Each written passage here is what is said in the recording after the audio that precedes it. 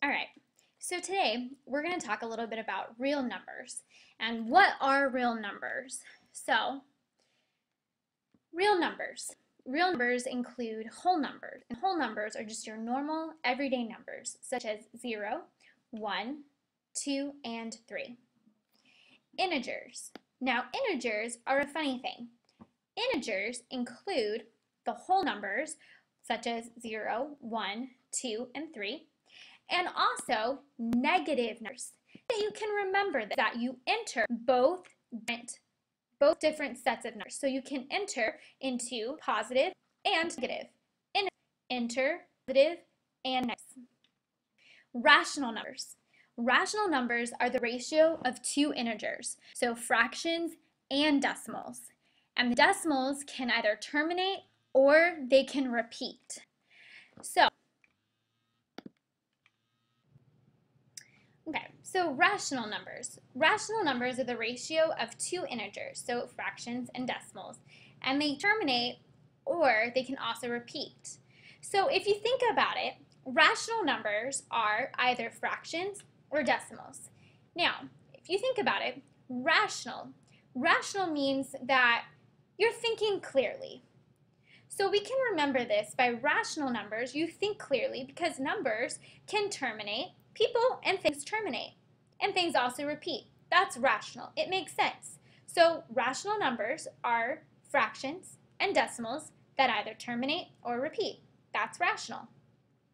Now, irrational numbers are square roots and decimals that do not terminate or repeat. So irrational means that it doesn't make sense. That's what the definition of the word irrational means. So it doesn't really make sense that something never terminates, something never ends, or it never repeats. So therefore, that seems a little irrational. So that's how you can remember there's square roots and decimals that do not terminate or repeat. All right, let's go down to solving linear equations. Okay, so how do we solve linear equations? Well, let me show you. So let's go ahead, go to our sketch pad. All right, so let's go ahead and get a new page. Here's our new page.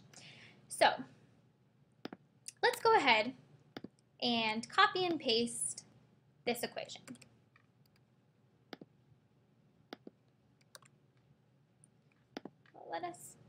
Let's see if it'll let us paste it. Paste. All right, well, it won't let us paste it, so that's okay. We'll just go ahead and do it ourselves. So let's write down the equation. The equation says 4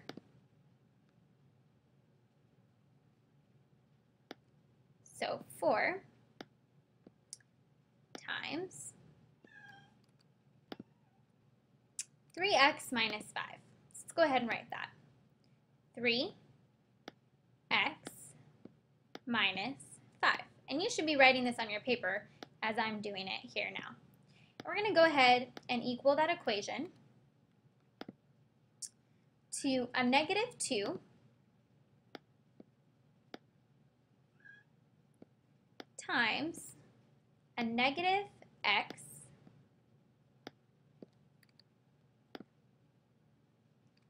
plus 8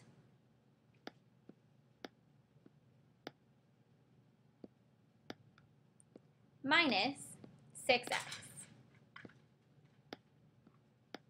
All right, so now, what do we do first? So let's go ahead and change colors so you can really see what we're doing. So the first thing you're going to do is you're actually going to distribute. So let's start with the left side. So let's distribute this 4 into the 3x and to the 5. So we've got 4 times 3x, which gives us 12x. Okay? Then you're going to distribute this 4 into this negative 5. Now a positive times a negative is going to make it negative. So we're going to have minus 20. All right? Okay. So now we're going to equal that. And we're going to do the same thing to the other side. We're going to go ahead and we're going to distribute. So we're going to equal that to a positive 2x minus 16. All right, and then we're going to just go ahead and go minus 6x. All right, let's go ahead and make that an actual 6. Looked kind of funny. Now what we're going to do is we're going to go ahead and combine like terms. So there's actually no like terms on this side, but there is on the right side. We've got our 2x, and that's minus by a 6x. So how we look at this is we kind of isolate them. So we're going to say 2x minus 6x, and the negative is actually bigger, so it's actually going to be a minus 4x. So here we go. Let's write our new equation. We've got 12x minus 20 equals to a negative 4x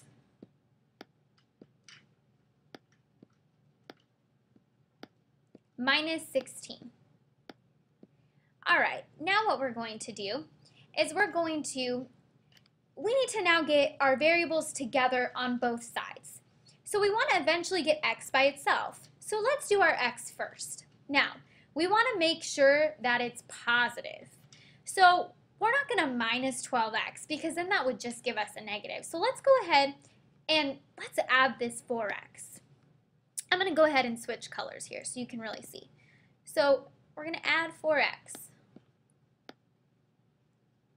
4x to both sides.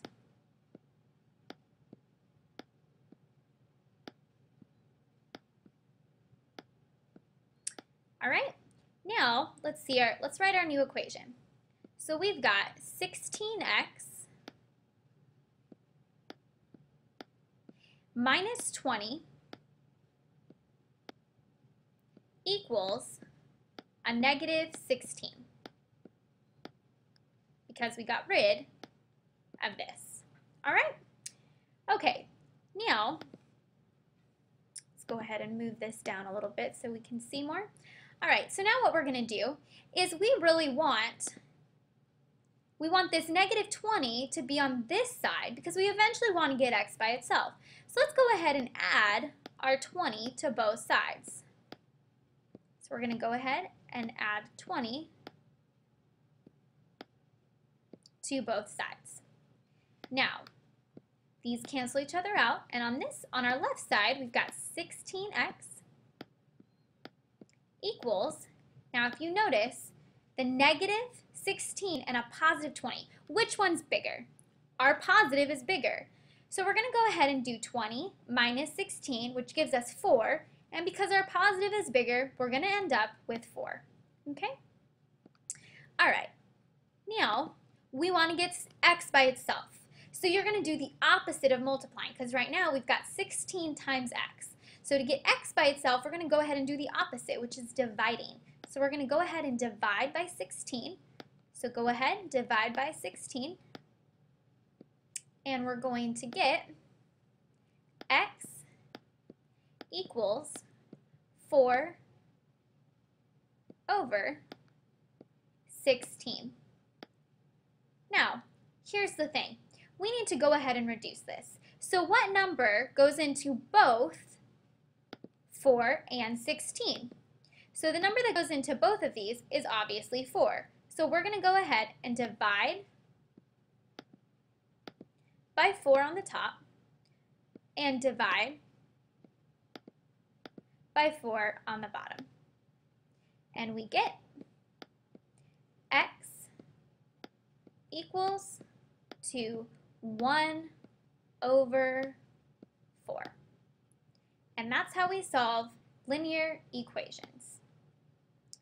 All right, so now let's start a new one, because sometimes this is your basic, but what happens when we throw fractions in there? And fractions are our friend. So let's go ahead and solve for fractions.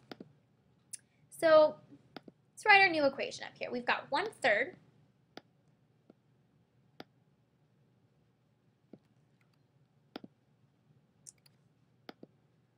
1/3 x plus 1/4 equals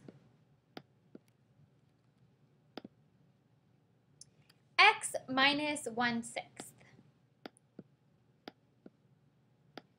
All right. How do we do this? Now, what we're going to do is we've got 1/3 x equals x. So, how do we do this? First things first, let's go ahead and deal with our 1. Now, what this is really going to do is it's going to have 1/1. So that's what it's going to look like. So we're going to go ahead and minus x minus x. So what we're going to have is so let's do it over here. So 1/3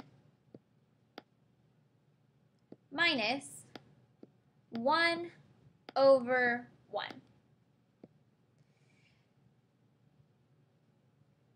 So what we're going to have is you have to get the common denominator. So what a common denominator is when you need both the bottom numbers here to actually be the same number. So let's do that. So we can multiply this by 3, and that gives us 3. So what we do to one top, we got to do to the top. So let's multiply that by 3. So we've got 1/3 minus 3/3. So what we have is a negative 2/3. Okay, so we've got negative 2, a negative 2/3 x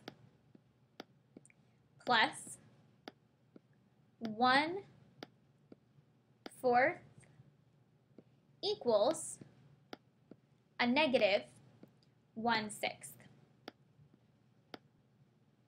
All right, so now we need to get 1/4 over to the right side. So let's go ahead and do the opposite. So this is plus, so we're going to do the opposite. So we're going to minus 1/4 to the other side. Okay, so go ahead and do that. So minus 1/4. Now, again, we have to find the common denominator. So the common denominator here is actually 12. So both of these can go into 12. Okay, so let's go ahead and just write 12 on the bottom. Now to get 12, we have to multiply 6 by 2, and whatever we do to the bottom, we need to do to the top. So go ahead and multiply it. 1 times 2 is 2. All right, we've got our minus sign here. So 4 times 3 is 12, and again, whatever you do to the bottom, you must do to the top. So go ahead and multiply by 3. So we're going to have our 3 up here. And 2 minus 3 is negative 1/12. Now the reason why it's negative is because, again, which one is bigger, 2/12 or 3? The 3 is bigger, so it's going to end up being negative. So what we've got here is let's go ahead and move this up. Let's write our new equation. Okay, so what we've got here is we've got a negative 2/3 x equals to a negative 1/12. Now, remember what I told you in the beginning. You need to get x by itself. So remember what I told you when I said that you need to do the opposite. So this is multiplying. So now you need to do the opposite. So you're going to multiply by 3/2 by a negative 3/2. So go ahead and do that to the other side. Multiply by 3/2 and make sure that that is negative. And we've got x equals, now a negative and a negative makes a positive. So 1 times 3 is 3, and 12 times 2 is 24. And again, you need to reduce. So 3 actually goes into 24. Go ahead and change colors real quick. And so x equals 1/3 goes into 24 8 times. So x is 1.